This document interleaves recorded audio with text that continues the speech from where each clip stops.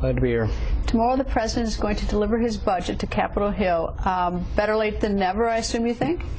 Yeah, I'm not sure I have a lot of confidence that it'll do much good for the country. I think his ideas for making the country better are raising taxes, adding new regulations to the economy, and I disagree with both. Change CPI, which apparently is annoying the base in his party, that he is apparently in his budget conceding to it, or agreeing to it, I should say that. Is that something that you see as an olive branch by the president to the Republicans?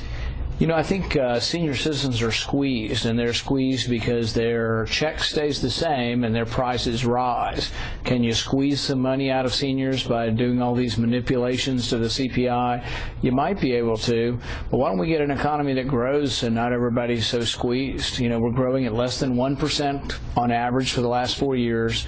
The last quarter, we actually were shrinking. The jobs report last week was abysmal. So really what we need is a Reagan-esque type of recovery, and we're not getting it. What would you do?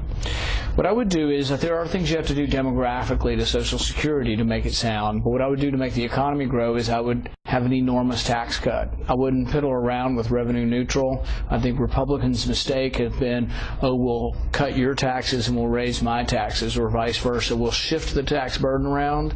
The president plays some of that game also. What I would do is I would shift money from Washington to the private sector in an enormous way. I would have a 17% flat income tax for corporations and for business. Everybody pays the same. There'd be very few deductions, but there'd be an enormous amount of money infused into the private economy.